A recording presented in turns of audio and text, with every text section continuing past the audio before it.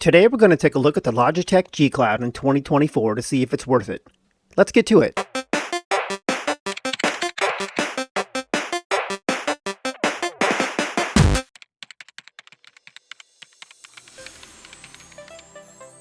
The Logitech G Cloud is an Android-based handheld gaming device. It has a 7-inch display. It's powered by a Qualcomm Snapdragon 720G octa-core CPU that runs at 2.3 GHz, and it has 4 gigs of RAM. Couple of items worth calling out. The 7-inch IPS LCD display runs at a resolution of 1920 by 1080 in a 16 by 9 ratio. It has a micro SD card slot, and there's a 6000 mAh battery in here that advertises upwards of 12 hours of game streaming time. For ports, we're looking at a USB-C and a 3.5mm headphone jack. It supports Bluetooth 5.1 and dual-band Wi-Fi 5, and all of this weighs in at 463 grams. First off, let's talk about the OOBE. For folks who are unfamiliar with what an OOBE is, it's the out-of-box experience you have from the time you take the device out of its packaging up to the point where you can actually use the device for its core purpose or for what it was advertised as. We got our device at launch back in 2022 and didn't record the unboxing and setup, but back then, it was a fairly painless custom Android setup experience. There's a mix of touch and controller usage to complete the setup, but unlike some other Android handhelds, there were a few screens that were customized for controller use. We had the device up and running in under 5 minutes.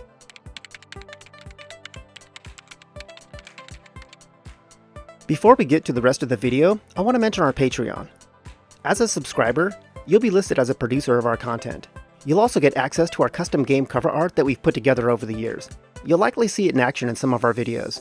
This art works great with custom launchers and really goes a long ways in making a digital game collection look awesome. So click on the link below, head on over to our Patreon, and become a producer today. Okay, back to the video.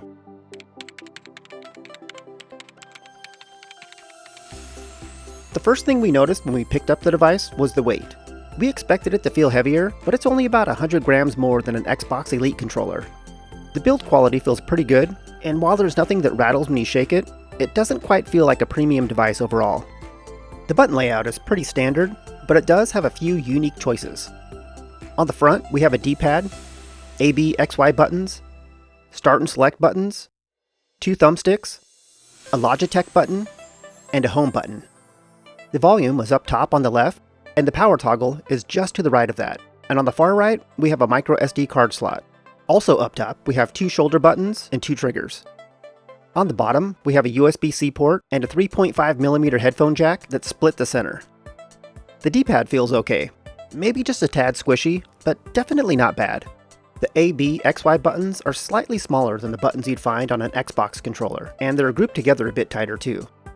The thumbsticks are split level, and they have an almost identical resistance to those on a standard Xbox controller. The select and start buttons are easy to reach, and same goes for the custom buttons down below. The volume rocker is slightly raised, which makes it easy to tell where you are without looking, and each side has nice feedback when pressed. The power button is actually a toggle switch that returns to its original position after you activate it, so no accidental presses here. The shoulder buttons are narrow and clicky in a way that almost makes them hard to tell if you pressed them. Almost. The triggers are also pretty narrow, but they have decent resistance. Again, very similar to an Xbox Series controller. The 7-inch IPS display is really nice. It's surprisingly vibrant at times, and the brightness range covers most day and nighttime scenarios pretty well. The sound is dual speaker based, and overall it's pretty good. The speakers can get loud, but they don't break up at the higher levels, though overall there's not a lot of low end to them, so they can sound a bit tinny here and there, but it's not enough to be distracting at all. We also want to call out the textured grips on the back. This is a nice touch, but after a few weeks of use, the left one popped slightly out of place, and now makes a bit of a creaking sound when you press on it too much. We reached out to Logitech about it, but tech support was not that good, so we gave up. But before we gave up, we were able to determine that it's not an expanding battery problem, which is good, I guess. Outside of that backplate issue, everything else feels well made.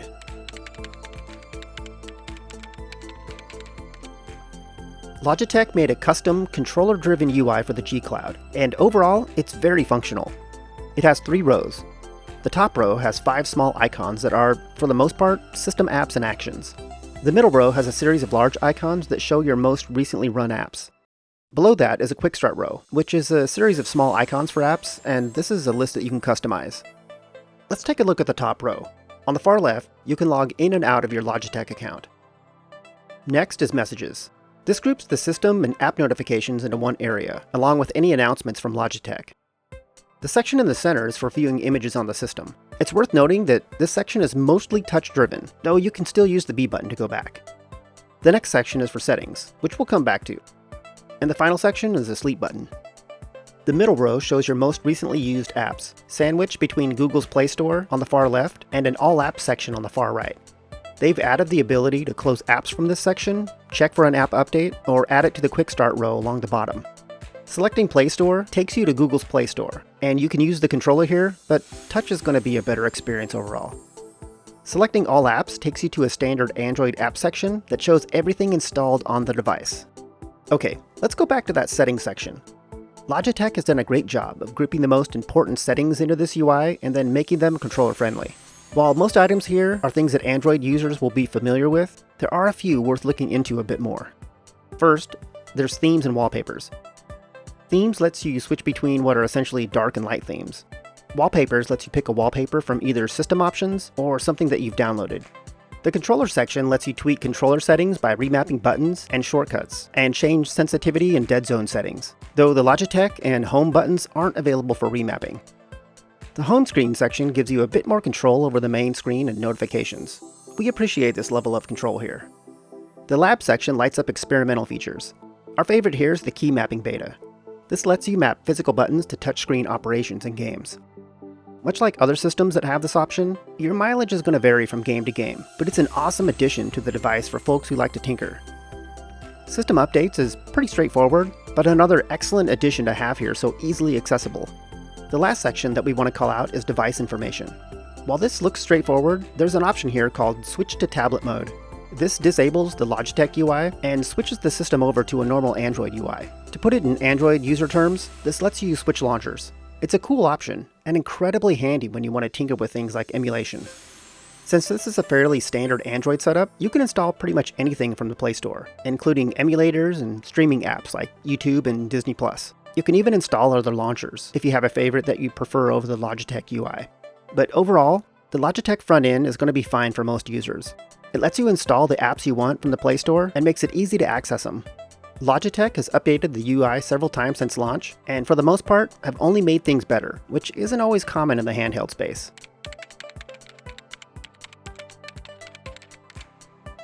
First and foremost, the G Cloud isn't a powerhouse, but it wasn't designed to be.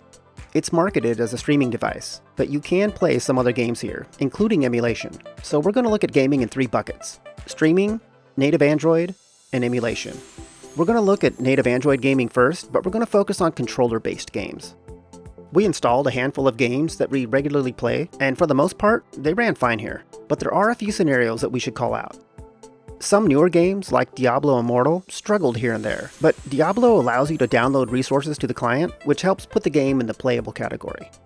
Other games, like Stardew Valley and Vampire Survivors, ran great. Older games, like Titan Quest and Oceanhorn, were also very playable, and just worked with a controller. The Snapdragon 720G is a decent chipset, but it starts to be more miss than hit with anything past PS1 emulation. It's not that everything past that is unplayable, but it often takes more tinkering on a per-game basis. We got some PSP, PS2, DS, and Dreamcast games up just fine, but the typical problematic games were still problematic here, unlike some newer Android handhelds. Everything below that was great though. NES, Saturn, PS1, and the like were very playable. But this device is marketed as a streaming device, so let's look at it from that perspective. Even at launch, the lack of Wi-Fi 6 support was disappointing, but as it turns out, streaming was and still is excellent on the G Cloud. It supports all the major streaming options, including Moonlight, and for the most part, it pulls this off almost flawlessly. Almost.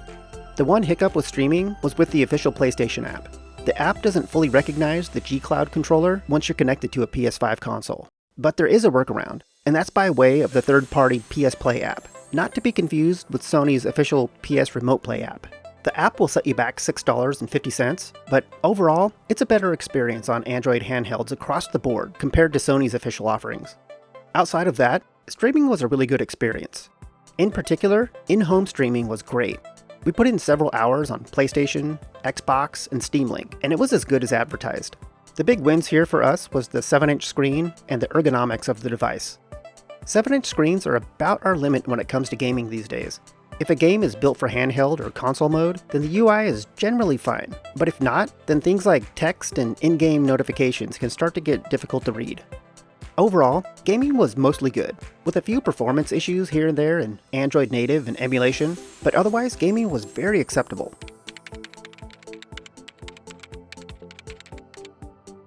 Battery life falls into two buckets here: local gaming and game streaming.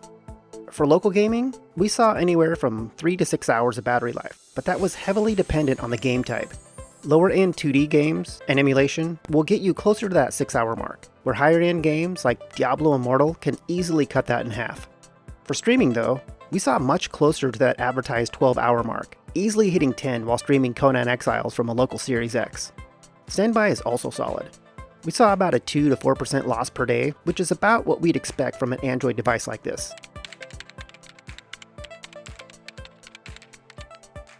So what's missing from the Logitech G Cloud? To be completely fair to the G Cloud here, there's not really anything missing. They've covered all the necessary bases, but maybe not as well as they could have. Wi-Fi 6 would have been nice.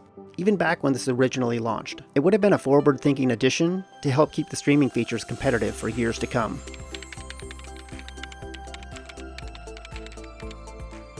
Even back when this launched, the Snapdragon 720G was just okay for gaming compared to what was available, and that's even more apparent in 2024.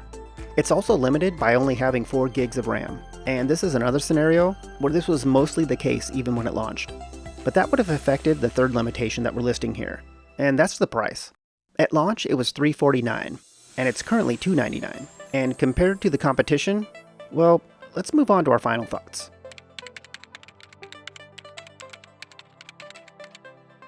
Alright, so what are my final thoughts on the Logitech G Cloud in 2024? There's actually a lot to like here. It has a nice big screen, and it looks great. The device is surprisingly light, and ergonomically, it's easier to hold for longer periods of time than many of its competitors. And the custom Logitech launcher is more than good enough. But the AYN Odin 2 exists in the same price range. And while it has a slightly smaller screen, it's far more future-proof. Bigger battery, better chipset, more RAM, newer version of Android. It's a long list, and it's hard to ignore when shopping for a handheld in this price range. As advertised, the G Cloud is actually a great streaming device, and if streaming is all you're looking for, then in most cases, it's a better pick than something like the PS Portal. At its current asking price of $299, it's a hard sell, but if they dropped it to $199, then it would be much easier to recommend overall. If you don't really care about emulation, and you're looking for a dedicated streaming device that can use every service, and you need at least a 7-inch screen, then you'll probably be satisfied with the Logitech G Cloud. But at $299, there's much more bang for your buck available in 2024. And that about wraps things up. Please like this video if you found it useful, and subscribe to our channel if you want more content like this. I appreciate you taking the time to watch this, and we'll chat again soon.